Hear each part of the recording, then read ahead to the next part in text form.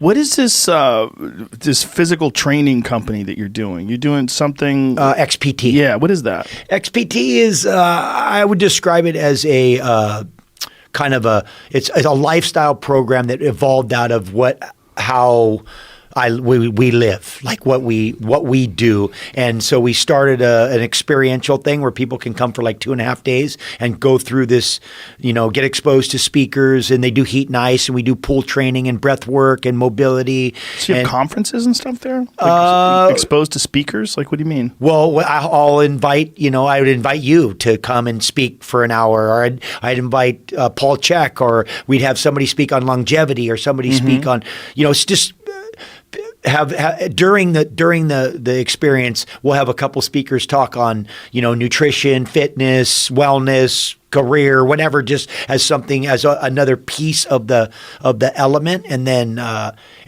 like I said, we have pool training, and then we've been certifying trainers now to kind of help people go through the process as well. And so it's it's really about rest and recovery and breathing. It's more based on that part. It's not just another training thing of like, hey, how we can hammer you. I mean, it's right.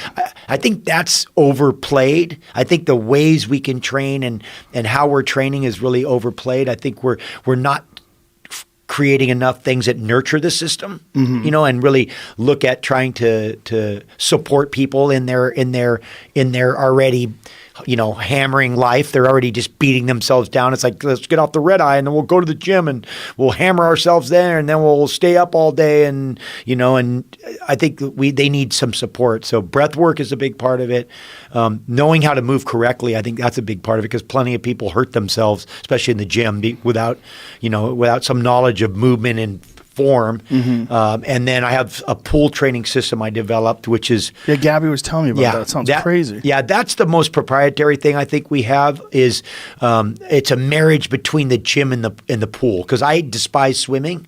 That's you do? I just that's can't. hilarious. Well, no, I do. I just if you said go do laps in the pool, I'd be like Shamu, and I'd get the floppy fin and really. That's crazy. Yeah, but you're a fucking surfer. No, but I'm saying, but if you said, hey, we're going to take these masks and these fins, and we're going to swim this coastline where the waves are breaking on the rocks, and we're going to go for 5 miles, I'm in. Like but if you said, "Hey, go down there and wear some swim goggles where you can't even see, and swim in some murky water where you don't know what's in it, and we're going to swim a mile down there, and you're going to do that every day," I'd rather step on a rusty nail than do that. I mean, it's like that's so because of my disdain for swimming, that kind of swimming. I mean, if it's in the surf and the waves, that's a different game. That's a whole different thing. You don't want to do laps in the pool. You'd kill me. I'm going to die. I would rather. Yeah, I'd rather hit my hand with a hammer. That's so weird. I would think that you would just enjoy moving in the water. Well, I do with some dumbbells. Oh, okay. So carrying a dumbbell and jumping and dumbbells. And why did you start at XPT? Like, what was the motivation? Because you're obviously into doing this stuff yourself. Yeah. But why create a foundation or? Well, the reason why we started it was because an opportunity to expose this stuff and share it with more people. We were doing it ourselves naturally, and then we'd have friends come and they were like, this stuff's awesome, and then can I invite my friend? And then we realized that if we really wanted to expose it to more people and share it, it was going to be a limitation if everybody had to come to my house. Do you have like a website and everything? Yeah. What does XPT stand for? XPT life.com, and XPT stands for, well, my concept is exploration in performance training. There it is. So, high performance fuels a limitless life. Dumbbells in the pool. There it is. Oh yeah. So this is all your idea, the dumbbells in the pool? Yeah. I need to. Yeah, you have to come. Well, I'm just in the process. It's my boy, Kyle Kingsbury. Oh yeah. I love that guy. Yeah, well, I have some beautiful guys come. Like I'll give you a great thing that you'd appreciate is I have this whole well, first of all, there's a bunch of things that happen in the water, right? Which one of the things that happens is when you're underwater, the compression of the water allows the blood to flow through your lymphatic system, which normally takes about a 24-hour period. It happens in 1 hour. So imagine compression tights. Like, if you wear compression, it really helps the blood flow. Right. Well, this is the ultimate compression. The water is, right? Yeah. So then you deal with the psychology. So it's good for fighters. Like I fighters, because of the psychology of what we can do, because you deal a lot with stress. So we're able to implement stress in a very controlled environment. And then like, for example, and Grant Hill at one point in his career, but I have a friend, Joakim Noah, who's a basketball player, and we were doing these in the water. We're doing these dunking drills last summer. So I trained with him and did a bunch of stuff, because you can do a lot of highly explosive, heavy loaded movement with protection. Because now you don't have to worry about momentum, which is what's going to pull your shoulder out. It's going to throw your hip. It's going to hurt your knee. Where I can take a basketball player and I can run him through thousands of jumps, which at the end of, if I did that on land, he would be broken. He's already jumping too much in his season. He doesn't need to jump more, right? So I could load him up and make him do these dynamic movements, but now he's protected because we've taken gravity out. So it's like saying, hey, we get to go trade in outer space, but it's in my backyard. Right. Now, what kind of results have these athletes been experiencing? So Joakim in his career, and I don't know how many years he's been in the NBA, he came back after doing this dunking job, just using this as an example, and had the most dunks per minute that he's had in his entire career. Whoa. He was like it was slamming on everybody. I mean, it helps that he's 7 feet tall, but the fact is that he noticed. Now, Grant Hill was talking about he gained 3 inches in the last year of his career after playing in the NBA for 20 years. All of a sudden, he's jumping 3 inches higher. Really? Yeah. So I mean, that's the kind of tangible stuff that I'm getting. Just that there's a lot more things. A lot of it has to do with breath, because in the water it's all controlled breathing patterns. So everything is controlled, because you can't breathe in until you get to the top. So if you're doing a drill where you're jumping, and most of the things we do are leg driven, swimming is mostly arms.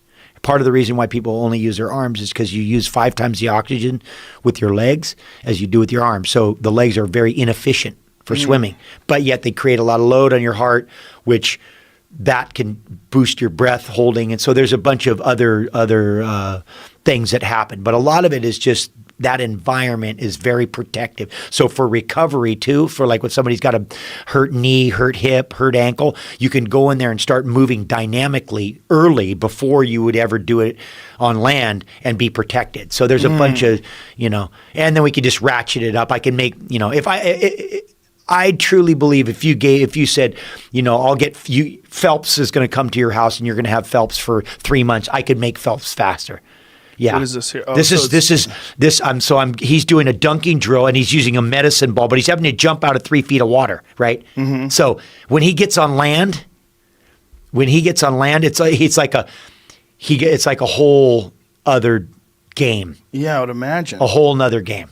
Now, did you invent this protocol, this whole thing of jumping and doing it in the water? What motivated you? Well, the original concept came out of a thing we used to do in the summer when we were kids. That's a Hawaiian kind of waterman drill where you run on the bottom with stones. So I've seen that. BJ Penn does that stuff. Yeah, so you get a stone, you run along the bottom, then you put it down, then your friend swims along the surface, and then when you go up, he swims down, grabs it, and then he goes along as far as he can, and you swim, and you just go back and forth until neither one of you can do it. So it was based kind of on that concept, but I wanted to expand that because that's kind of limiting. You just swim and you run, and you can't isolate movements, and you're not working like you can with dumbbells. So now I shift dumbbells into the water, and I have all different weights. So depending on your skill level, everything we do, and that's one thing about everything that I'm involved in is it usually has to have it has to be able to be, for everybody to do it. It has to be old people and kids. To in my mind, that it's not viable unless you can appeal to everybody. That you need to, a kid needs to be able to do it, an old person to be able to really be valid, to really have legitimacy. It's like, okay, the coffee, there has to be things that the kids can have, that creamer, old people can have it. It's got to be good. It can't just be specialized. I think the specialization of some of this stuff creates the lack of validity. I don't think that it's valid if it's specialized. And so I could take a little kid, like my daughter does a bunch of the pool training stuff, right? I have an older guys that come and do a bunch of the pool training stuff. You know, I got Pat Riley comes in there and he trains in the summertime with us and stuff. Yeah. Yeah. So we get a really broad spectrum of people, and that confirms to me that it's really legitimate, right? Because then it's like, no, this is real. Like the kids can do it, the old people can do it, the top guys can do it, the bottom guys can do it, everybody can do it. That, you know, that's something that's I just think that's the, you know, what is real. So like, how many years have you been doing this? XPT, well, I mean, the pool training I developed over the last probably 10 to 12 years, about 12 years now in the pool. And you've evolved it? So you started off with a couple ideas? Well, I had like a Velcro weight jacket where you Velcro like a weight. And jump in the deep end. It was a little scary. Yeah. Can't get the jacket off, and how can you get up? So that wasn't too sketchy. That wasn't viable. That was. So then we moved to dumbbells where you can drop them. And, but we, you know, there's probably 20 exercises that we have. How much weight are you using? It depends. Sometimes we have a move called the gorilla where we're using, you know, 60 to 70 pound dumbbells where you're doing a curl press jump. So you're jumping on the slope. So you're curl pressing and jumping with you know 60, 70 pound dumbbells depending on your size. We're swimming with 50 pound, 60 pound dumbbells. We're jumping off the bottom with 15 pound dumbbells. It depends on the exercise. So it all depends on the person's skill, what the drill is. But I have all the weights next to the pool. So we have everything from 70s to 5 pound dumbbells. I love that idea of the jump press. Like doing some sort of a... Oh, yeah. You'd love it. It's crazy. I call it the gorilla curl. So it's a squat, curl, press, jump. And then when you come out of the water, you just let the weights drop. And then the water catches them. You could never do that on land. And how deep rip are you your doing, shoulder out. Right. How deep are you doing this in the water? Well, you vary on your height. So I have about a 11-foot deep end, and then I have a slope so you can choose every depth all the way, and then I have what you saw in that last video. It's about a 3.5-foot shallow end. So this is the first pool. I'm trying to build a couple. I'm trying to build one in Hawaii right now that's going to evolve from what I learned from this pool. So this pool, I just kind of built it with the hopes of designing a program, and then out of it came all this stuff. What are you going to alter? I'm going to create multiple depths. So I'm going to do like an area that has 12 foot.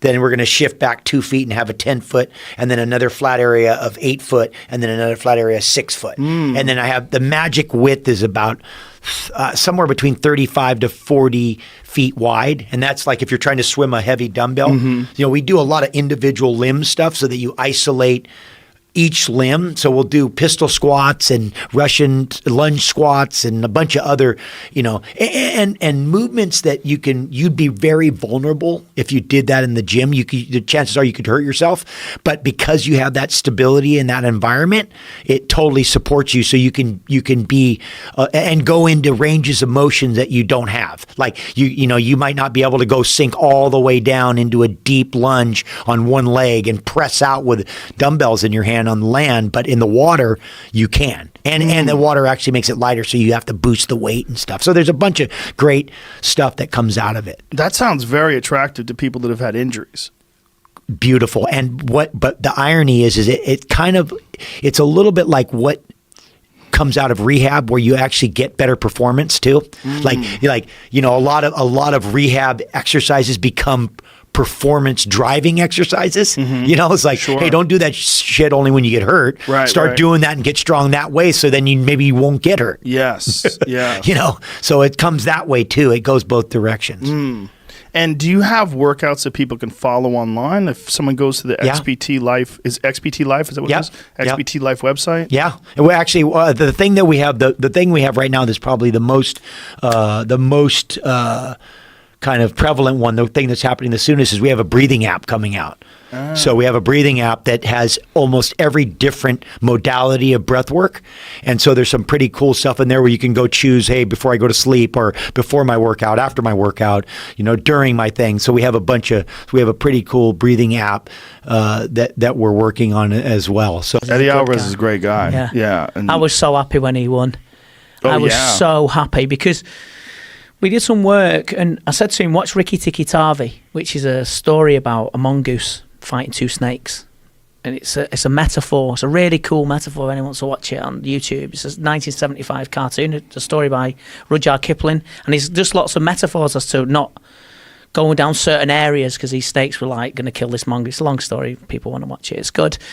And I told him about that, and then did some work with him and stuff like that. And he's such a nice guy. He's a great guy. Such a nice guy. And, you know, him going over to ONE FC was a gigantic deal. You know, former UFC champion in his prime, heads over to ONE FC after a win streak in the UFC. But that Timothy Nastyukhin guy is no fucking joke. Yeah, they don't fuck around. That guy's a straight up murderer. He's a murderer, man. He is. I was super impressed with him. I'm like, how many guys like that are out there that the general public maybe is not aware of, but they're elite world-class talent? There's a lot on that one roster as well. Yeah. And when I look at them, I think, fucking hell. That's what's crazy about going over there. Because you're going over there, like if you're a guy from the UFC, if you say, literally, if you're a Conor McGregor or someone like that, and you're a world champion, you're known throughout the land, everybody knows you, guess what? They might have somebody over there that can fucking murk you. Yeah. 100%. There's so many of them. Badass Russians. Yep. Yeah, so many. He said that as well, but he said, he's a third world guy, he's got nothing to lose. He said, I said, but you've got first world experience.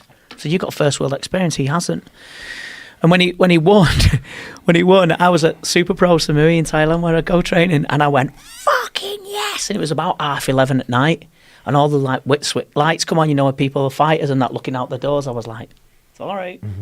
But I was so happy he won because he's such a good guy. He's a great guy. And that style that he has, like, holy shit. Like, if there's ever been more a blood and guts fighter, you know? And the fact that he was able to persevere against Justin Gaethje in that fucking crazy war, like, holy shit.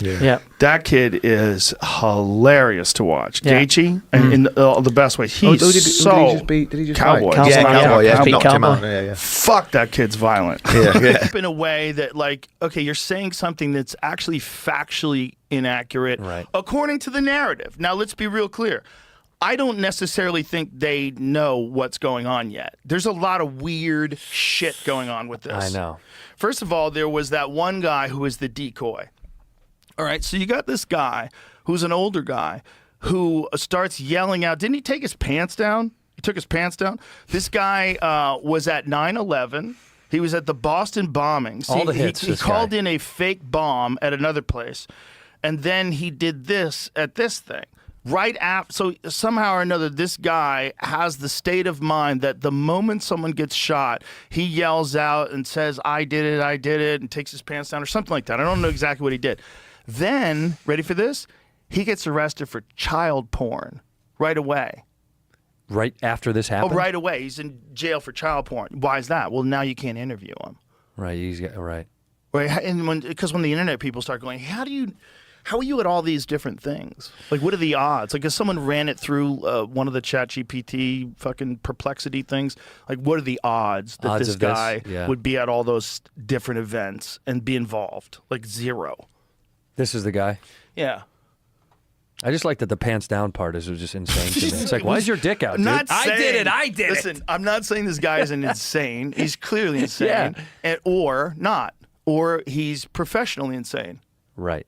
That's where it gets squirrely. I almost texted you when the Charlie Kirk thing happened because my antennas went up about, they showed the photo of that kid, or the guy that they have, the 22-year-old, whatever. And I was almost going to be like, dude, you think he's got the capability to do that? Yeah, well, listen, there are people that look like that have the capability to do that. Pretty accurate. Nope. No? Not hard. Not hard at all. Hard. Let me dispel that. Okay. Okay. 200 yards from a prone position with a dead-on rifle. So if you have a dead-on rifle, so you set this rifle, you set your 0 to 200 yards, right? You know how far you're going to shoot. It is not hard at all. He shot a lot? You don't have to shoot a lot. So I could do it tomorrow. If you're but you are experienced. If it's someone that's never shot, could they do it? 100%. Not Really? if they've never shot. They wouldn't know where to look. They'd have a hard time acquiring the like when you look through a scope. Like when the reticle is weird. Like sometimes takes a minute. You got to know the distance that you have to be from it to really line it up in your sights. But you could get a guy like my friend Andy Stumpf, who was a sniper in the SEALs. You could get him, and he could show you how to do it in an afternoon, and then you could hit steel at 200 yards every time you pull the trigger. One day you could learn Yeah. that. Wow. Yeah. Not that hard. Because it feels insane to me. I'm like, that seems tough. It seems tough. It seems tough. We still haven't figured out whether or not the gun that shot Trump had a sight on it, because we weren't sure if it had a sight on it or if this guy was using iron sights. That was 140 yards. If you shot it with iron sights, that's a lot harder, because iron sights is you're lining up. So you have these two things in the back and there's one thing at the front of the barrel, and you got to line those bitches up perfectly, and that's how you stay accurate. That is a lot harder to do. It's like old shotguns have those, right? Sure. Yeah. Pistols. Yeah, Like pistols when you got buy a them. Glock, Yeah. that's what it comes with. Right. But this kid had a rifle with a scope. Now, here's where it gets weird. The first images of this rifle with a scope, I swear to God, it looks like he has a composite stock on it. Like it looks like a modern 30-06 rifle. So a 30-06, so that's the rifle. 30-06 is like, that looks like a very modern looking stock. I mean, it might not be. It might be just a bad resolution. It might be wood. It's hard to tell. But if you showed me that and you said, hey, this is my cousin's rifle, is this any good? I'd be like, looks like a standard bolt-action rifle with like a sophisticated modern scope on it. Sure. Now, apparently, the narrative is that this is his grandfather's rifle from World War I and doesn't have a serial code. Okay. Interesting. Okay. Why? Wait. Why are you using such an old gun? Like, that's kind of crazy. Like, is it possible that an old gun can be that accurate?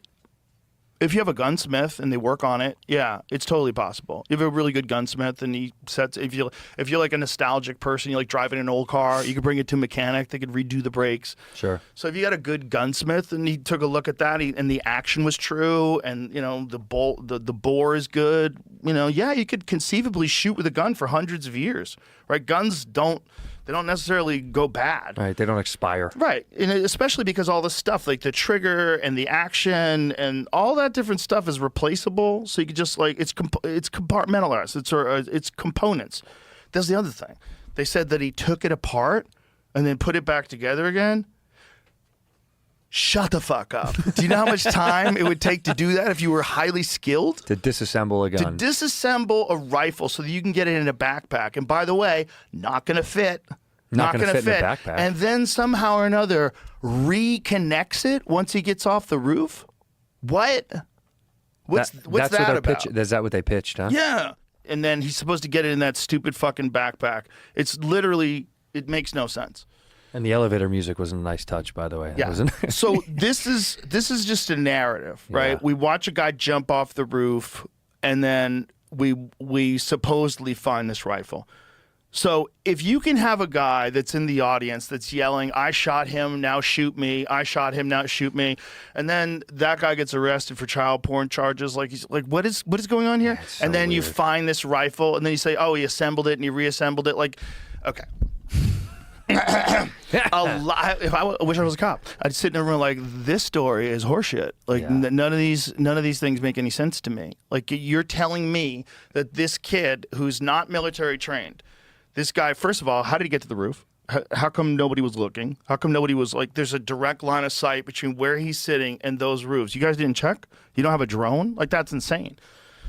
So he's on the roof, he shoots, he jumps from the roof. He jumps down 14 feet.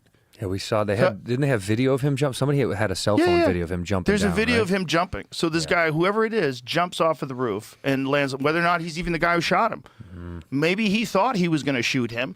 Maybe he's a patsy. Maybe he did it. I feel like he's a plant. Did you see the video? Did you see the person doing the investigating on his mom's Facebook? No. You haven't seen this? Have you seen that, Jamie? Some dude online. His mom's got a weird Facebook. I spill coffee. Very trippy. It doesn't make any sense. Like, the more they keep looking into it, the more they're like, this doesn't feel like a real. It feels super fabricated. But here's the thing. Just like I was talking about when people are arguing on social media, it's all part of the plan. If you want things to be, I wanted it so bad. Buckets. If you want people to lose all faith that anyone is going to solve anything. Yeah. You add a bunch of, if you're going to kill a guy, you add a bunch of other wacky shit that doesn't make any sense and you spam it out there at the same time. You leave a gun that didn't do it out in the woods. You do a bunch of shit like that. You have an old man put his dick out and yell, I did it, I did it. Yeah, you get some kid who has a boyfriend who's a furry, and you boyfriend talk is a to him on furry? Discord. I think he's a furry. Is I don't that want to disrespect. I don't know if that's a He's real definitely thing. Is that? His boyfriend's definitely a guy who became a girl. And wears furry stuff. I think they do furry sex. Or furry games. Excuse me. My apologies. I don't want to disrespect the furry sex Shout out or to the furry furry game community. Yeah. Bro, shout out to the furries because me and Duncan. Look at that fucking monster. Because we were just the bottom of the food chain, weren't we? Once upon a time. yeah. As soon as we invented the fire, wasn't it? As soon as we discovered the fire, boom, changed from control there. of fire probably helped. Weapons, flints. Yeah, that's it. I wonder what came first. We were just after scraps, weren't we? Leftovers from lions. Do you feel when you're doing these treks and you're going on these journeys and you're walking through places like Mongolia that are incredibly wild? Do you try to like envision what it must have been like to be an early person without big all time. these amazing resources that you have at your disposal to help you get to this area That's that you're it. going to? Yeah. Oh, it would be a whole different kit and everything. Like, so in Mongolia, I didn't actually even use like GPS because that failed me. Or community, really? Yeah, all communities were in different places. It just didn't work. I went back to bog standards, map and compass. But can you imagine even before then as well? Map and compass. Yeah. So a fold-up map? Yeah, fold up map. Well, let's get out. Yeah. We use Google Earth? No, none of that. No, again, bog standard, low budget journey. The Mongolia one was. So So if you lost your map, you'd be fucked. yeah, that, but also the track that I was on. As I said, you could be following goat track or camel track, and that is your lifeline. That leads you to the next water source. So if you're in a desert storm, for example, it'd make more sense to try to keep going. Well, no, just try to camp down, hide under your shelter if you lose sight of the track. But if you don't, you can keep going. Yeah. So if you That's did why do I didn't that, walk at night as well. A lot of people say, well, it's hot during the day and you're suffering with dehydration. Why didn't you walk at night time? And you've got the Amur pit vipers, the snakes. You stand on the back end of them because you don't see it. You're pretty screwed. But you've also got the tracks. You need to be able to see in the distance the tracks splitting off because you'll come across almost like a junction of 4 to 5 different tracks that are splitting off. That's when you need your map and compass to be like, oh, which track should I go down? You know, terrifying. Oh my God, I can't even imagine. And you can't communicate if you come across. If you're lucky to come across locals as well, they'll just point you in the wrong direction. They'll normally point you in the community, which is down south or up north, and you're trying to go east. And you try to say, no, I want to go that way. And they're like, no, next community is this way. So I don't want the next community. I want to walk to the most eastern, so it gets difficult. But yeah, that was always a threat. The dehydration in Mongolia really terrified me. Now, what happens if a sandstorm covers the track up? Yeah, back to your map and compass and just hoping that you can be aware of the people around you, hoping you've got enough water, hoping you make it to another community or settlement. Whereas the jungle, harsh environment, spiders-wise, snake-wise, etc. But at the same time, you've always got water. You can hack in the bamboo and it just leaks out water, You always got food. Does anybody know where you are?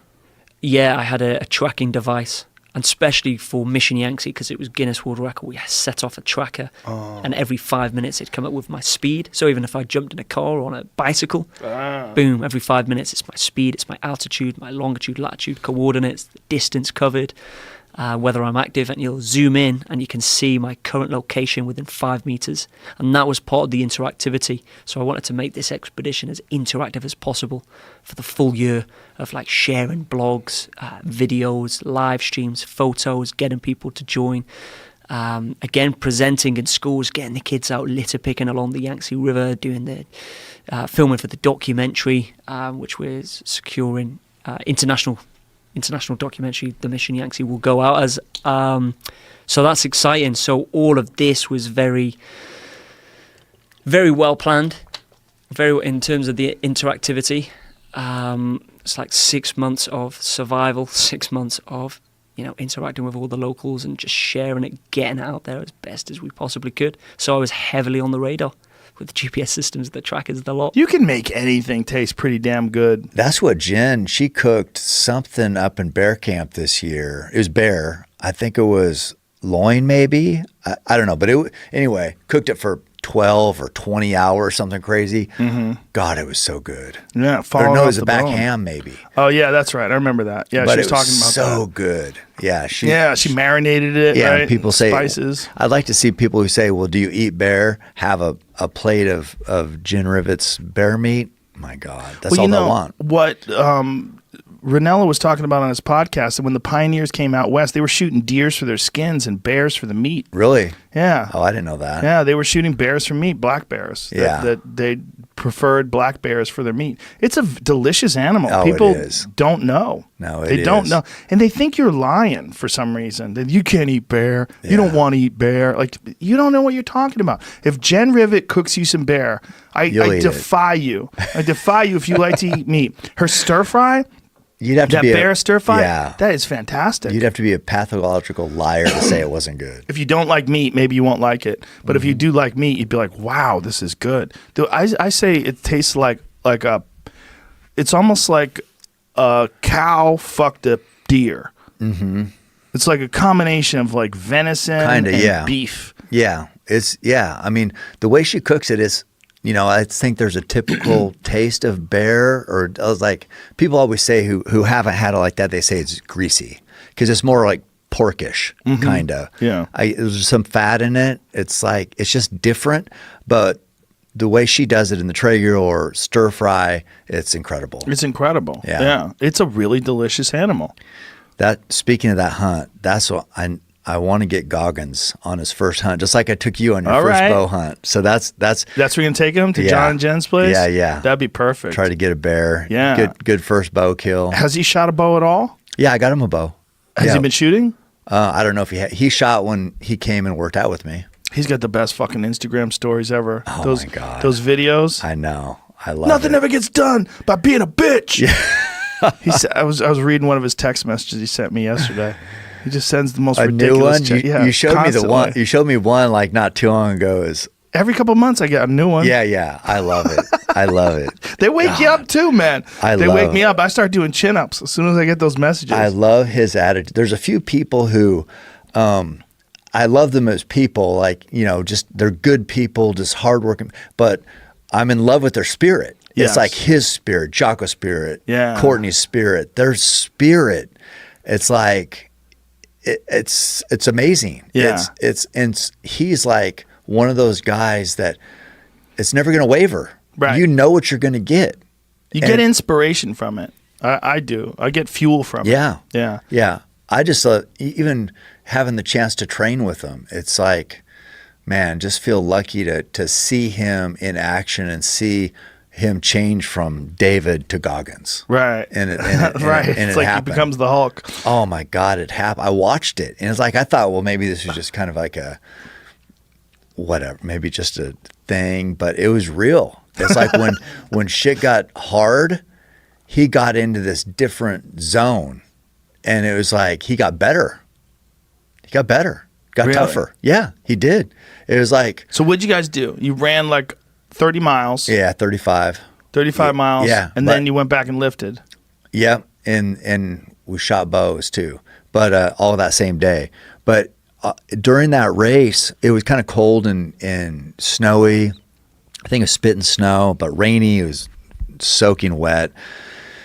And I remember like at mile 22, something was happening with his feet, and he had to take his shoes off and untie his shoes. And it's like, normally, that's not a good sign.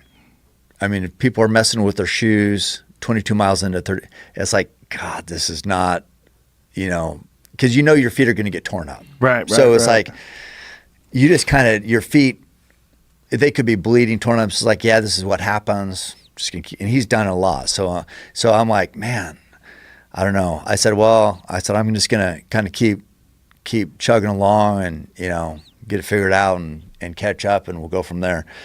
And I thought, man, there's a chance that maybe I won't see him again. But no, sure as shit, here he comes. He catches back up. Me and my brother were up there, and he went from 22. He got in this different groove. And then my calf on this race kind of locked up. And it's like going up this last grade. We had to do one more summit, and I couldn't run it. And I'm like, he took off. I was just kind of power hiking it, and I get up there and I had a cameraman up there, and David was like, he was in his Goggins mode by that time. This was towards the end of the race. We had like 2 miles left. It's like 33 miles in. And I asked a cameraman up there, I'm like, hey, I said, how did Goggins look? And he's like, well, he had his shirt off, and it was cold rain. He's had his shirt off, and he was saying, they don't fucking know me. I'm like, who is he? He's like, they don't know me, son, and saying all this stuff. I said, who was he saying that to? And he's like, there's nobody up here. So he has like imaginary enemies that he's fighting against. And that's real. And so he did, and he got better, and he freaking just crushed the second half of that race. And same thing happened lifting. He like, the more reps we did, the better he got. And like at the end, when we had done so many reps, and like we did this one last thing of doing, we did like 95 reps 100 reps of right there on that incline bench. Is only 95 pounds, but we had done 600 reps before. He ended up on the last set, did more than he did on the first set. That's insane. Yeah. And that's when he starts yelling right here somewhere. And Give me some volume. 15, shut that muscle down. 16, come on. Get it. 17. They don't know me, son. Get it. 18. They don't know me, son. Get it. 19. They don't know me, son. Yeah. 20, you got some more in you. 21, yeah, get it again. Come on, we want to see it. Good, 22. Who's gonna carry the boats and the logs? That's you, buddy. Come on, 23. Come on, 24. One more, David. What the fuck? One more. Gonna carry the boats. You're gonna do it. You're gonna do it. You're gonna do it. God. You did it. Yeah. Who's gonna carry the fucking boats? So this is at International Fitness, just a regular gym, and people were like, what the hell? What is this guy? But and he got into that zone, and it's like, so whatever he says about he was David, that he was Goggins, when he gets to Goggins, dude, look out! It's like it's a different person that's unstoppable. It's real. Yeah, it's real. It's real. I saw it, and he's like, it's amazing. Well, that's how he broke the world chin-up record. Yeah, I mean, you have to be a complete psychopath to be able to do chin-ups for 24 hours a day. And then, so we went after that, and we went and watched UFC, got pizza, and it was getting late by that time. So we'd run 35 miles, we shot bows, we lifted weights, pretty full day. Ate pizza, had a couple chocolate chip cookies, watched UFC, pretty good night. And then so he's like, he goes, I got to get back to my hotel. Still got to stretch, a couple hours of stretching. And my wife goes, oh, you're not going to stretch. You can miss stretching tonight. It's like, what are you talking about? Have David Goggins miss stretching? That's like, take the night off. Right. No. So he does some hardcore stretching. And he does for hours. Yeah. And then that's just kind of his routine. And then he got up the next day and from his hotel ran 15 miles. So people can say whatever they want. The dude is as real as they get and a complete savage. 100%. It's like you can say whatever you want because on Instagram, you never know if what you see is what you get. He's amazing. Yeah, he's real. There's no way he could be doing it as long as he's doing it without someone would expose him. Yeah. Or he would expose himself. Yeah. Well, that's the real deal, and that's why it's so special. That's why it's so inspirational. Yeah. It's because that's all mental strength, and he's all super honest about how he used to be. He's like, my brain was soft. I was soft. It's helped me because I've thought that I'm like, when I get tired, I mean, I take inspiration from a lot of people, but it's like, I'm like, God, I need to have a little piece of Goggins, to get in that. It's got to be mental. It's like he just puts himself there, and he struggles, but then gets to this next level, and it's like how? It's just he just makes himself go there. He also has figured out now how to maintain his body. which is very important. Yeah. You know, that's why he's into that stretching, because he's had some like pretty significant muscle issues in the past. His psoas muscle, like locked up on him. Yeah. But now he realizes like there's a maintenance involved too. Yeah. You know, you got to treat that thing like a vehicle. You know, Right. You got to take care of that vehicle. Yeah, he does. And I mean, it was like, I'll never forget sharing that day with him. Never. I mean, it changed my life. Swear to God.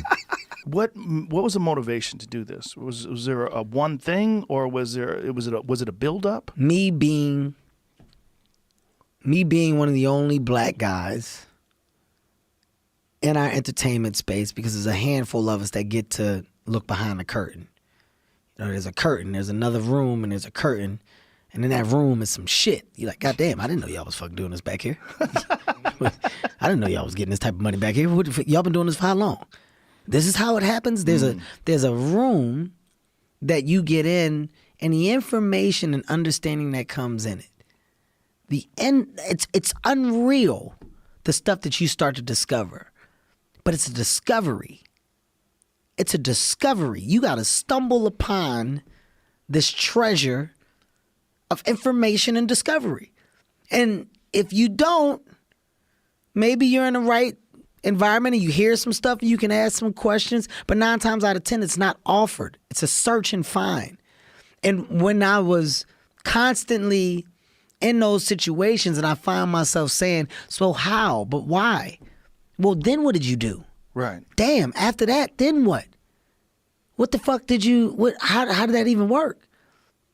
I was in a room with Jeff Bezos and Robert Kraft. This was the Patriots that won the Super Bowl. And we're in like this little private room after, and Tom Brady is like giving a speech thanking Robert for all. Robert thanks Tom, and I'm with my wife and a friend, and Jeff Bezos walks in. And my friend go, there go Jeff Bezos. I said, oh shit, I'm gonna go say what's up. I said, that's a motherfucker. I would love to pick his brain. That's an interesting individual. No, don't do that. What do you mean don't do that? Who said don't do that? My friend. No, don't do that. Why? What are you talking about? Why you gonna do that, Kev? It's a room full of people. Don't look like the dude that's thirsty. Thirsty for what? For fucking information, dick face? We got into like a little fucking spat. For what? For fucking information? I wanna fucking say, hey, I wanna see my face. I wanna ask him some questions. I ain't gonna see this man no more. I don't know him. We're not on a phone number to phone number basis. I'm going to say what's up to him. All right, Kev, I'm just saying, in this environment, just chill. It's relaxed. And that shit start to click to me. That's the problem. Everybody's too cool. Everybody's too fucking cool. Right. Everybody wants you to think that they know. You don't know. You don't know shit. We don't know shit. There's one Jeff Bezos. There's fucking one. He's right there. Almost trillionaire. Hey, Jeff. Come here, man. Hey, man. First of all, explain a trillion to me. What is that? How many zeros? What is that? First of all, do you know how excited he must be to talk to you, too? Who knows? I'm going to fucking find out. I'm going to fucking find out. You know what I did, Joe? What? Hey, man, I'll be right back. Babe, come on. Took my wife with me. Hey, Jeff, I'm Kevin Hart. How you doing, man? Hey, Kevin. How are you? Jeff, this is my wifey, Nico. Hey, man, I admire you. I don't fucking know anything about that world and death, but I admire you. I admire you for being a guy that fucking created and accomplished some shit that is a phenomenon. I want to shake your hand. I would love to talk one day. Kev, hey, man, good meeting you. Quite sure we'll bump past one day. Hey, if we do or don't, you gonna remember this. I just want to tell you I admire you. I don't need shit. I'm not asking for anything. But what I did, I set myself up for another conversation for when I got the opportunity. You're talking here, but I'm going to come over, man. I admire you. I want to fucking ask you a bunch of questions about this Amazon shit and ask you how you came up with it. I don't think this is the time or place, but I want you to see my face. Have you ever seen the photo of him sitting at his desk and there's a banner behind him, a plastic nylon like hanging banner that says Amazon.com? Jesus Christ. It's in like the 1990s. Jesus. When people were like, what the fuck are you doing, selling books on the internet? And there's this shitty looking IKEA desk. Look at this. Look at him. This is him here. Look at Jesus this. Christ. Amazon.com. And marker. Yeah, it looks like spray paint. Spray paint. Look at this shit here. Look at that shitty bullshit desk, that dorky looking dude. Look at the cords. Yeah. Now he's all buff and jacked and shit. Jesus. Now he's a savage that's basically conquering the business world. Richest man publicly. I think there's a bunch of them oil billionaire, trillionaire dudes. That's got some shit too. They don't they have just, to. They just they shut up. Yeah. They don't want to say anything. Yeah. Either way, I was in a room with that man. Yeah. I didn't. There wasn't a level of cool that I had that would keep me from just going and saying hello or asking a question for that matter. Right. And it's being in those spaces that intrigued the thought. I was like, dude, this is what I'm gonna do.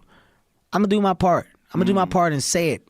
I'm gonna say, hey, when it comes to producing and production, here's what I've done. Here's the walls that I've hit, and here's where it's really hurt me. But here's what I've learned.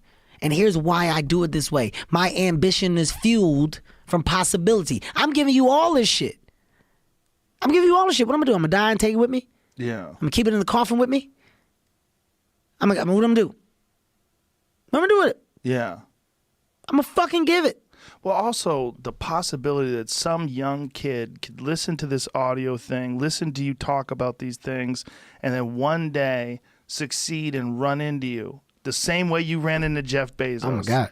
Run into Kevin Hart. Oh my God. I gotta tell you, I got where I am because I listened. I listened to you talk about your life. I listened to you talk about your fuck ups, and you made me feel like you were human. Like I thought you were just Kevin Hart. Like when people see you, you're Kevin Hart. You're walking the red carpet. You're in Jumanji. You're all over the place. There's fucking comedy specials for 50,000 people in arenas and shit. People don't know that you're a human. You don't seem like a human because you're not like a human that they know.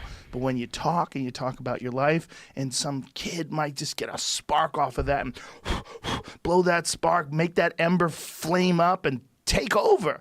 And next thing you know, you're running into that person at some other Super Bowl party.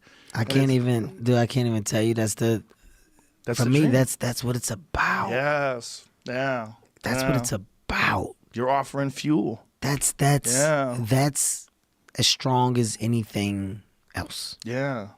And That's impact. It's gonna impact some people. You know, there's gonna be people that don't have room for it, right? Mm-hmm. They're all closed up. It's this like a cup. There's no room in their cup. They're full of their own shit. It's not going to get in there. But there's other people. They're going to have a spot for you. They're going to have a spot, and you're going to make that engine better. You're going to make the whole engine of their life better. There's things that I think about all the time when I'm working out or when I'm tired, or I think about inspirational things that people have said.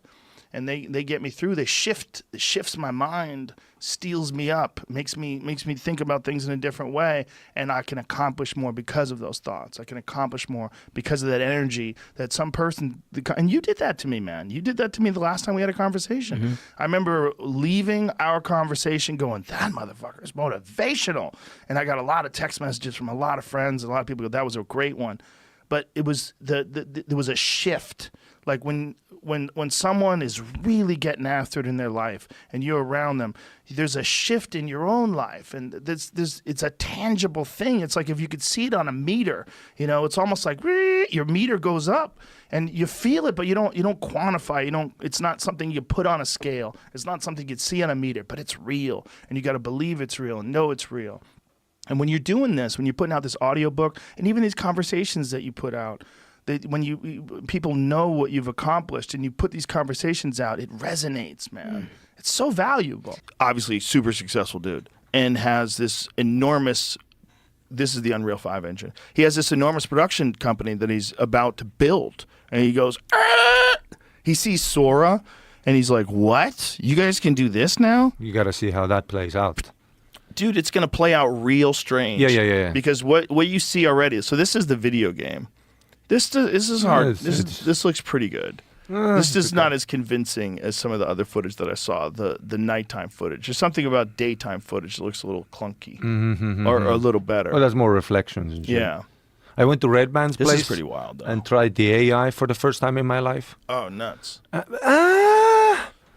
He was saying like he has a second life and they are happy with his girlfriend there and they're like living in a whole nother world there. Well, Red Band's slightly insane. I know. But the way he was describing to me, I imagined it's like the Neo, where I put the thing in the back and I'm happy now.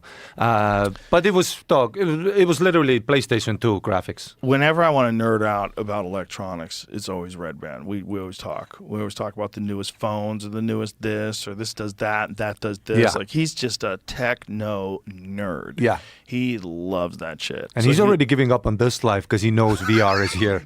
Dude. That's such a Red Band move. Every time I tell him to eat something healthy. But you know what? AI's taking over. I'm just going to get my brain teleported. Exactly. That's the ultimate leap, right? Imagine if they get to a point where they say, we can download your brain into a computer, but you will cease to exist right here, right now. And you just have to assume that it's whatever consciousness is in your head is your life. And it's not just a faction of that consciousness being in a very particular state and time, that consciousness being attached to this particular biological body in this particular place. Like, what makes you you? And if you take that shit out and stick it in a machine, what kind of horrific existence is that? What's screaming into the abyss, unattached from a body, but trapped in a newly created computer dimension because you didn't get to go to heaven because you got trapped in a metal box. And maybe that's how the aliens contain souls. Maybe that's how they get them. Matrix was basically that whole... That's the thing. Get you to think that you can download your soul into a computer. Like, wait, I'm going to live forever. Going to download my soul into a computer. And what all you're doing is you're so smart that you're stupid enough to think that technology is capable of recreating you as a whole, not just your consciousness, but what if your fingernails have memories, motherfucker? What if your whole what if it all is a part of a system and disconnected from that system, your soul is just like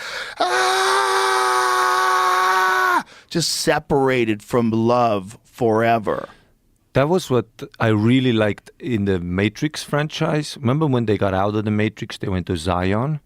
There was that scene where they were fucking, and then there was that scene where they were dancing, and the whole thing, who's the fucking, Morpheus was explaining that, you're not feeling the things with your physical body in this Matrix world, you know. You're going through, it's just the synapses are firing in the machine. And I remember, because I was like a teenager when I saw that movie, and I remember that scene when they were fucking, and I was like, oh shit. See, that's the thing, if you download your brain into a system, and then they came back. The world was shitty. Remember how shitty Zion looked? Like terrible. No beaches. Like us in 50 years. And then they were eating, remember that food? Everything the body needs. Remember that gulp? Yeah. But I remember when they did that dancing scene, I remember that like inspiring a thought where I'm like, maybe even if there is a secondary fucking AI world that comes, there'll be rebellion. See, that's what I'm saying. No question whatsoever. That's why I love when people go, is AI going to destroy stand-up comedy? I always love to say that stand-up, luckily, is the art form that can comment on its own demise, kind of, you know? Yeah. Like, even if AI creates the perfect act, the perfect ha-ha-ha laughs per minute, there's going to be, you're going to be able to comment on how fucked that is, you know? Yeah, so 100%.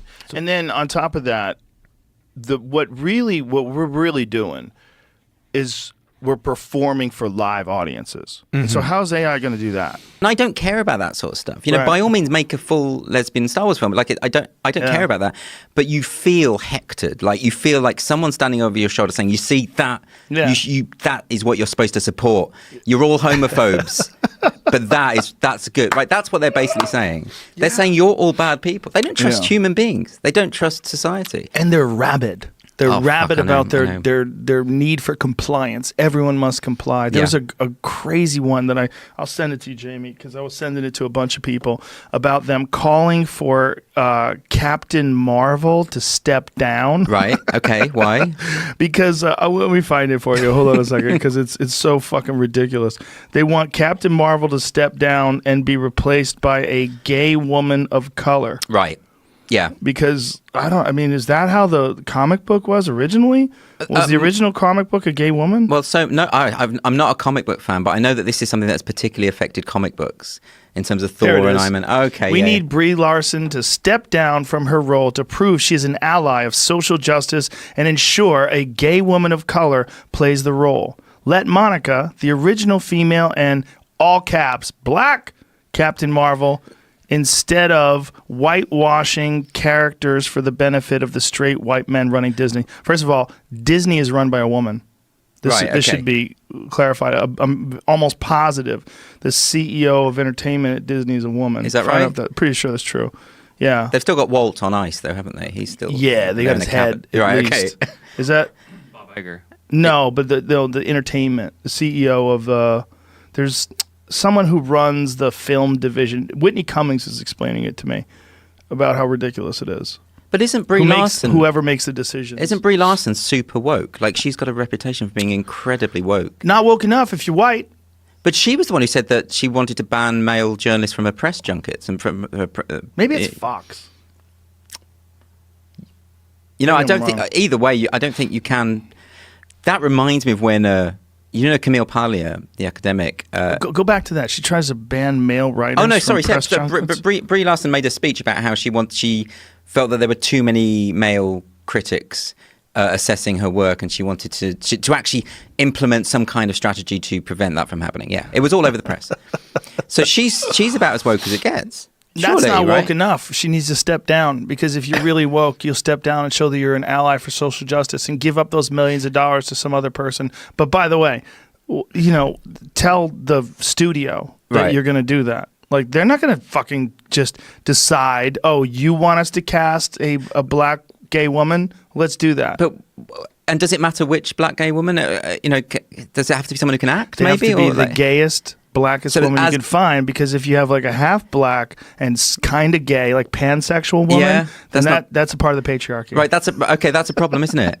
It's like when Obama fucks up, people blame it on his white side. It's like. Because he's 50% white, he's 50% problematic.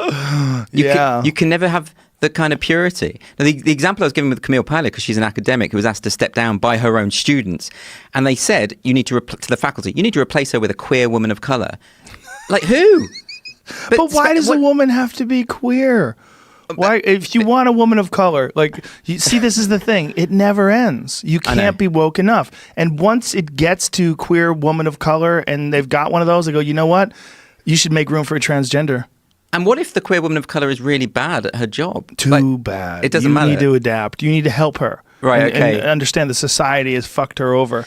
And that's why she's not as good as Camille Paglia was. So again, it gets back to one of their fundamental premises, that they don't believe in objective truth. They think objective truth. This is a postmodern thing, right? They don't believe in it. It's also these people that you're talking about, they haven't built these structures that they want to tear down.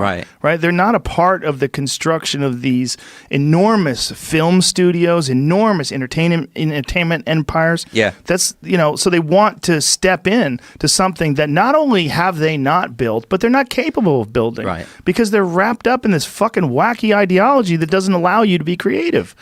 So how do we get out of it? That's a good question. That's why I brought you in here. I was hoping you know. Well, I've got ideas. Yeah? I've got a few ideas, right? Because I think we're reaching a kind of tipping point. Like I say, there's so many people who are really sick of it. I think if there's a real concern about AI, I think the real concern is AI is going to rationally analyze our behavior and our reliance on emotions and all these human reward systems that we have built in, the way it's affecting our society and the way it's affecting how we govern ourselves and how we behave amongst ourselves. And it's going to think we're unfixable. It's going to look at it like, well, they have too much monkey in them. They have so much monkey instincts and monkey DNA, but now they live in this rational modern world of 5G internet on your phone and satellite communication and 24/7 news cycle, but yet they have these primate genes. Artificial intelligence, a subject about which I know very little. It seems to me that it will, on some level, have to be derived from a particular aspect of human understanding of rationalism. So we're representing one aspect of our nature and prioritizing it: logic, organization. But what you refer to as sort of primitive and monkey-ish, for me, it envelops and involves the most beautiful aspects of our nature. I'm a little romantic about human beings still. I still feel that I feel that one of the great problems we've had is that philosophically we have overvalued materialism, rationalism, and knowing a little bit about philosophy primarily from that bloody podcast that you and I tagged a minute ago before we was recording. Who's that guy? Philosophize This.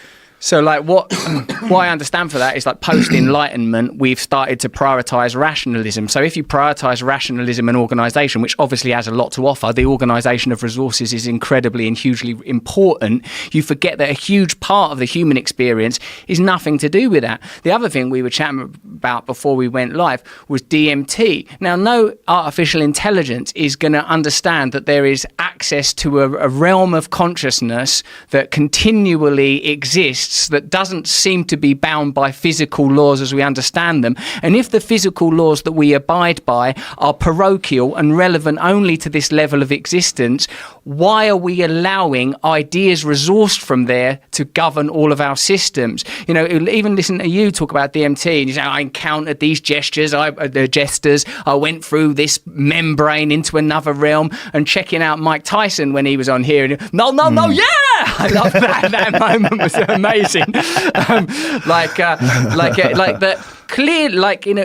I took acid when I was a teenager, and even in very not unhealthy, but unbridled, mad teenage boy conditions, I want to be there with a guy in a lab coat with a pen going, well, Mr. Brand, sit down, look at these Rorschach tests, instead of which I'm in New Cross in a bed sit, dropping acid and staring at my own hands and recognizing, oh my God, I'm not me. The very idea of me is a construct. I'm just tuned into a particular aspect. AI will build systems that are predicated on rationalism, organisation, and on that basis, I can see why they would at some point, go all Skynet and annihilate us.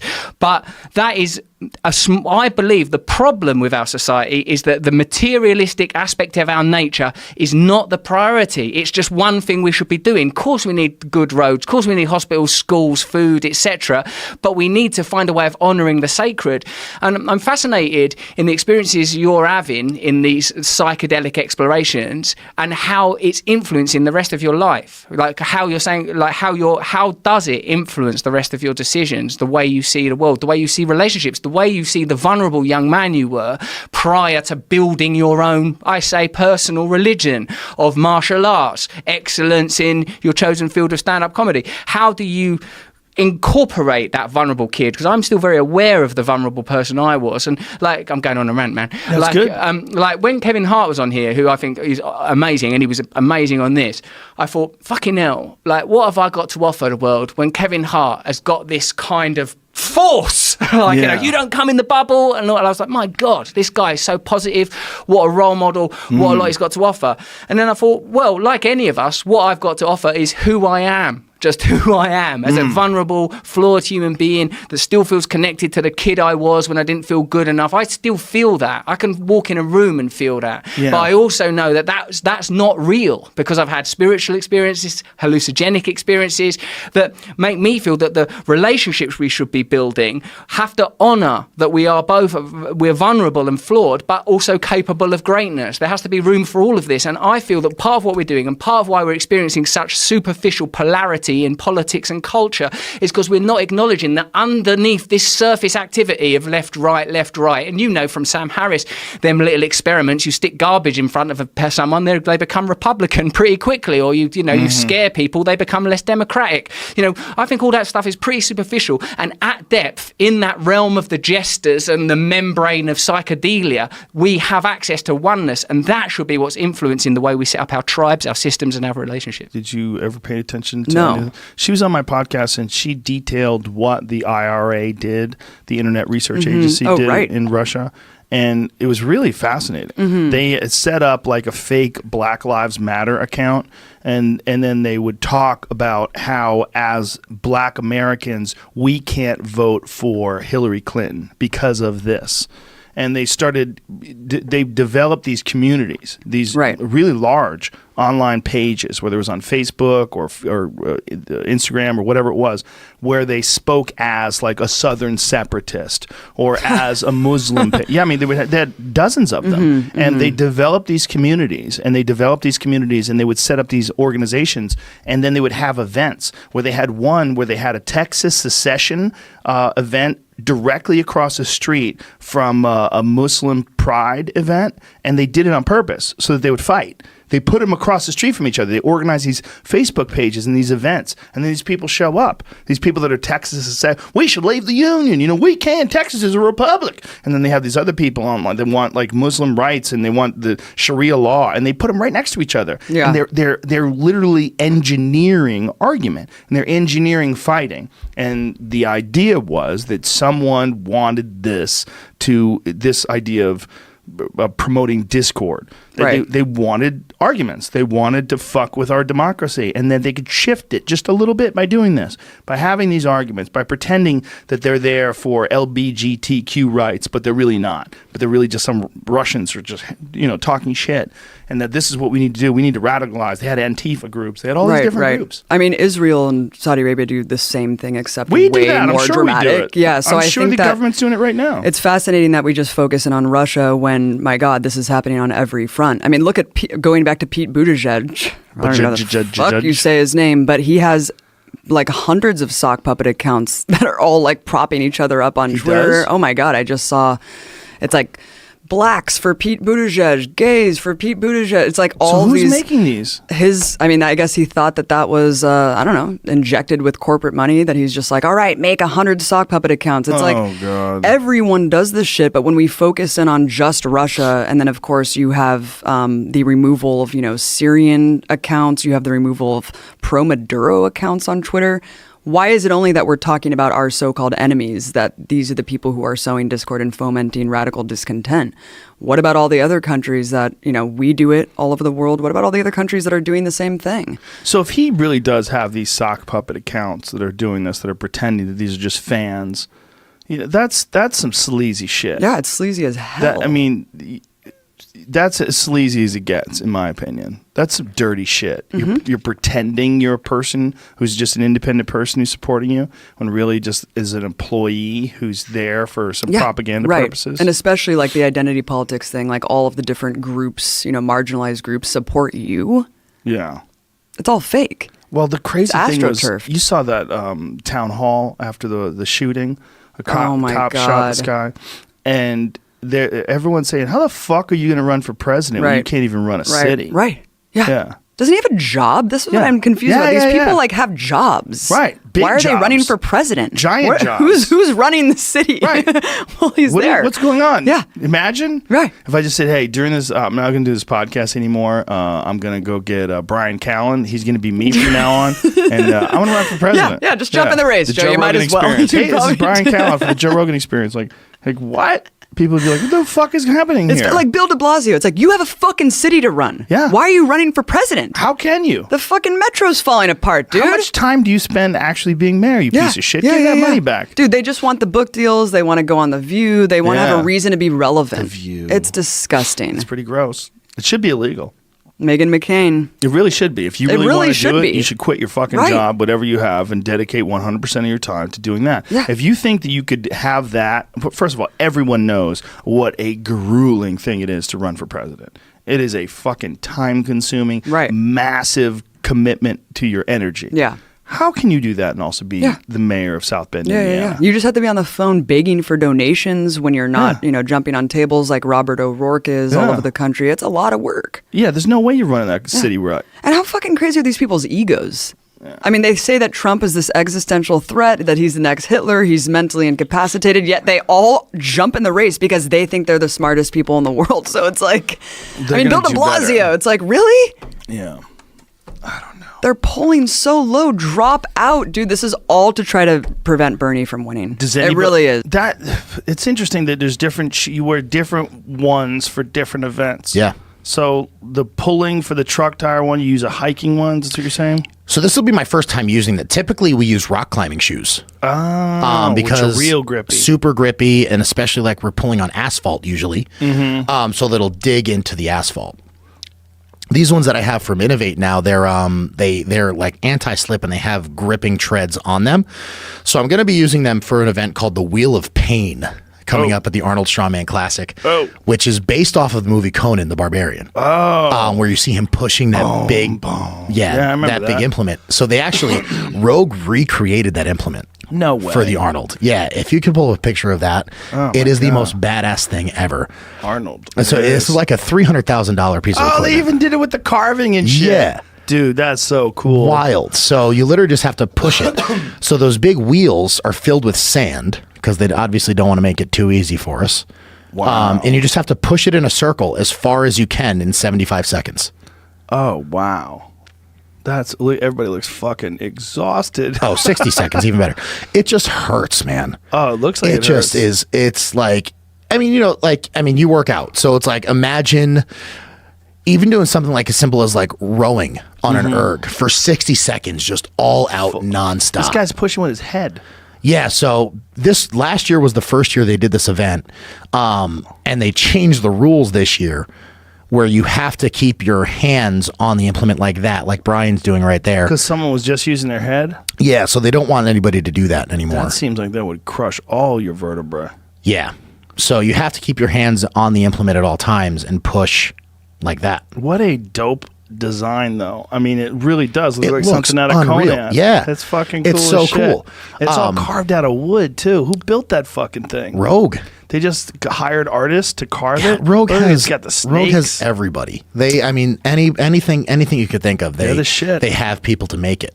Their fucking Echo bike is the greatest cardio machine thing that I've ever used. Best and worst because it hurts so much. It's the best. But look at this fucking thing with the snake heads and everything. Yeah. What and a genius. You could see it rolling back when you let go, and that's because there's sand in those big wheels. So you have to push it against sand. So now they have to deconstruct this and bring it back and put it back together again because it's not like you could fucking ship it. And like this that. is the only contest they use it for. They use it one time a year. Dude, he's using his shoulders. Yeah, he's Russian. What do you expect? Oh, the Russian, use shoulder. That is a crazy thing, though. That you can kind of use your shoulders and push with your hands. Yeah. So this will be the second time we're doing this event. So they switched it a little bit. Have to keep your hands on the implement at all times, and then it's just push until you can't anymore. God damn, that's bananas! Look at that. Yeah. Look, everybody looks so tired. I mean, this is one of those events where usually the medics will come over with oxygen afterwards. Oh, yeah. It's crazy. Bum, bum, bum, yeah. bum. And he's got that Russian beret on too. That's so hilarious. he actually is in the Russian military too. Is he really? Yeah, he's like the Russian equivalent of a Green Beret. So he's definitely. He does strongman on top of that. Yeah. That's a manly motherfucker. He's scary. He's the next guy to come out. He's super nice, but guaranteed. Look at him. He's definitely probably killed some motherfuckers. He is so free. Rob is so free. Why can I not be? I don't even think his English is that good. No? No, bad? it's so bad. Oh.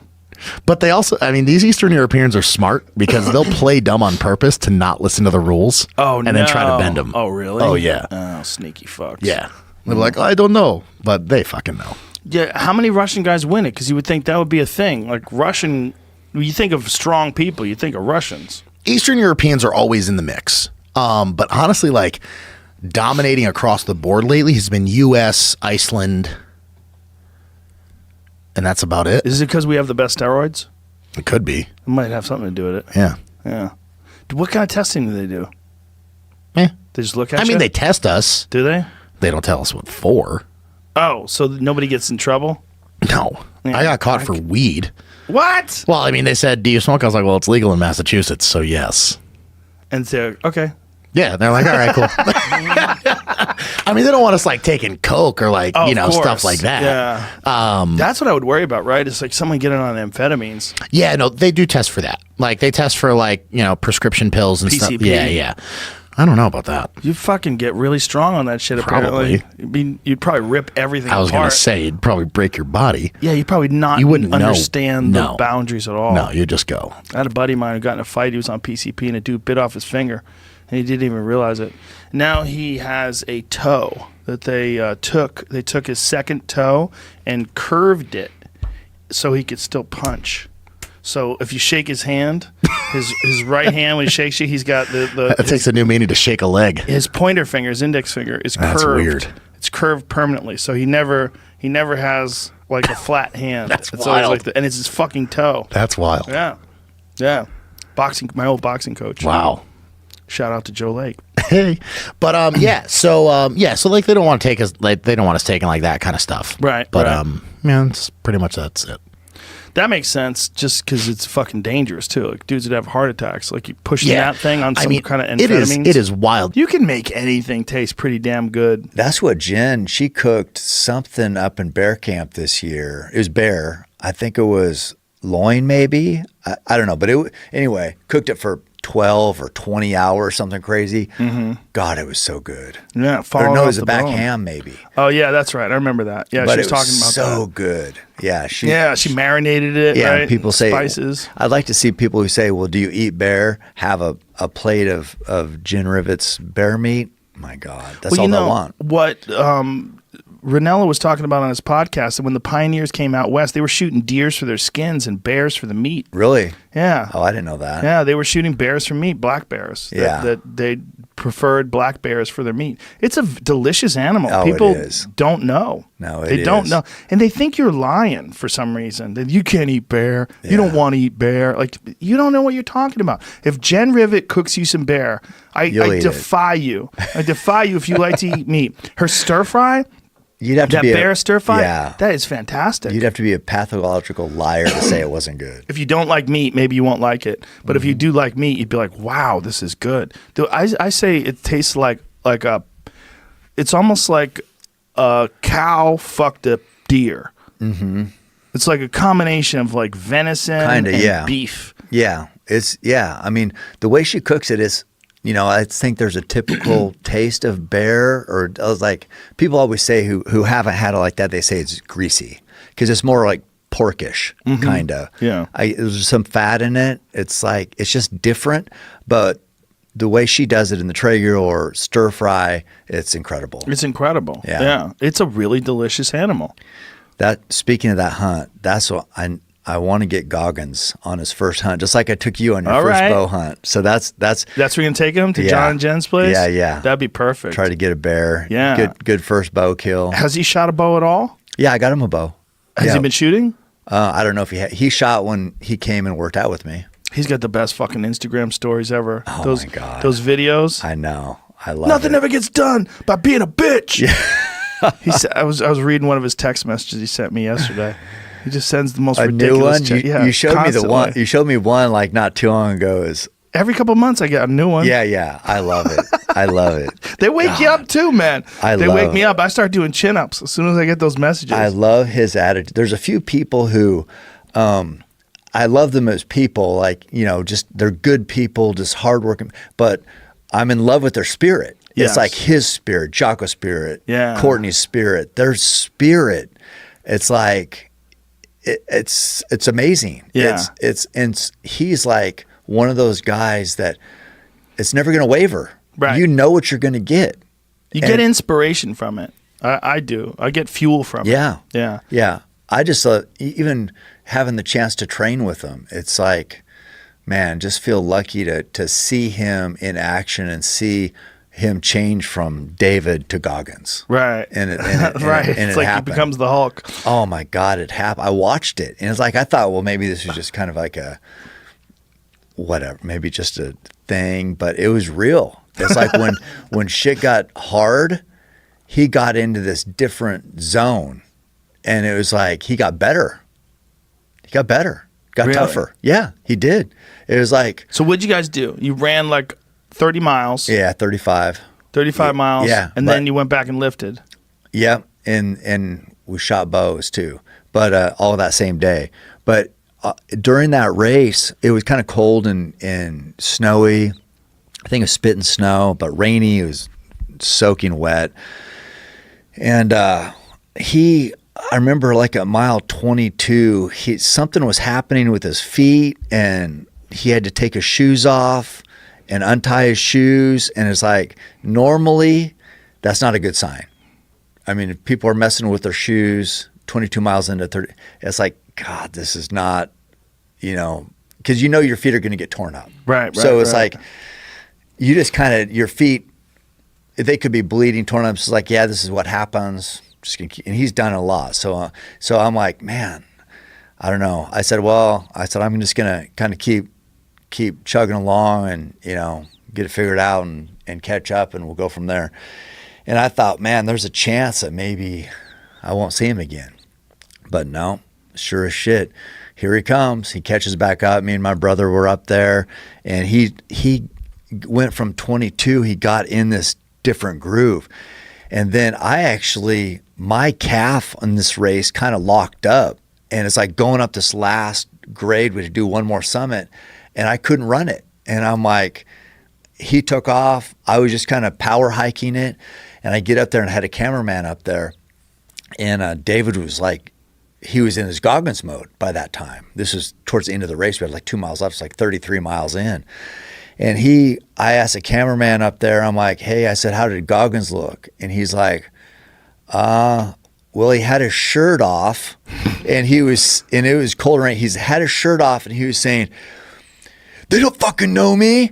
I'm like, who is he? He's like, they don't know me, son, and saying all this stuff. I said, who was he saying that to? And he's like, there's nobody up here. so he has like imaginary enemies that he's fighting against. And that's real. And so he did, and he got better, and he freaking just crushed the second half of that race. And same thing happened lifting. He the more reps we did, the better he got.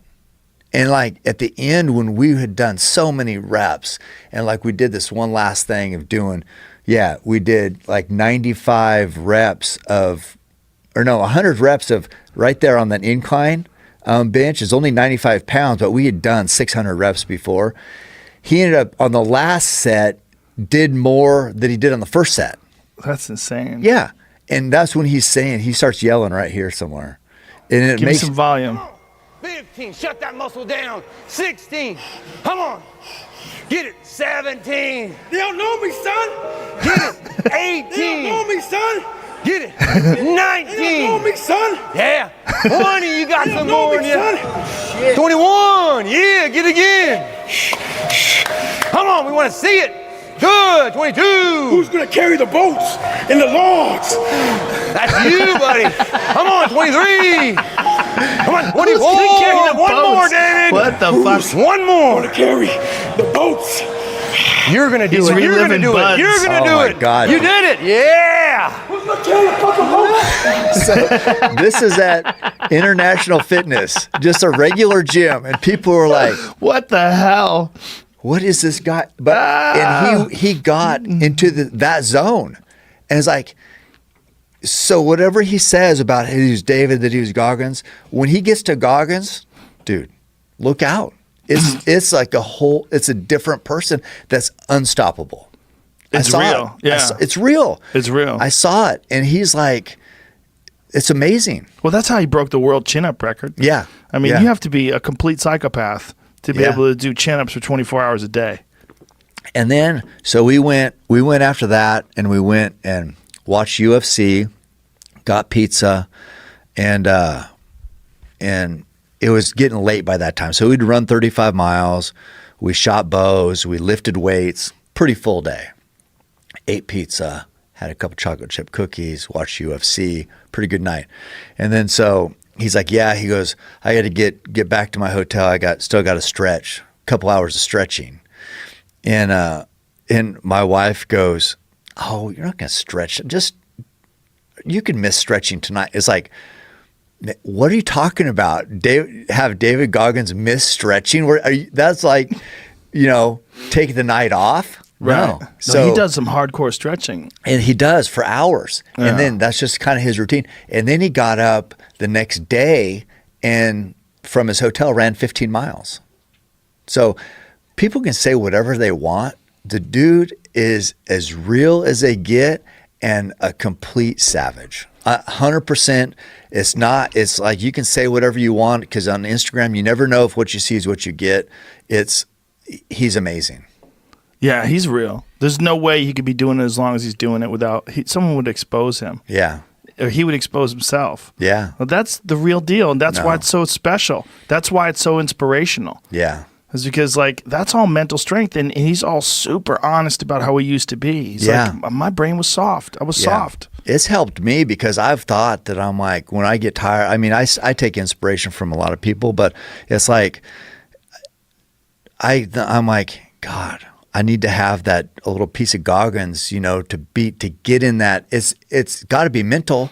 It's like he just puts himself there, and he struggles, but then gets to this next level, and it's like, how? It's just he just makes himself go there. He also has figured out now how to maintain his body, which is very important. Yeah. You know, that's why he's into that stretching, because he's had some like pretty significant muscle issues in the past. His psoas muscle, like locked up on him. Yeah. But now he realizes like there's a maintenance involved too. Yeah. You know, you got to treat that thing like a vehicle. You know, Right. You got to take care of that vehicle. Yeah, he does. And I mean, it was like, I'll never forget sharing that day with him. Never. I mean, it changed my life.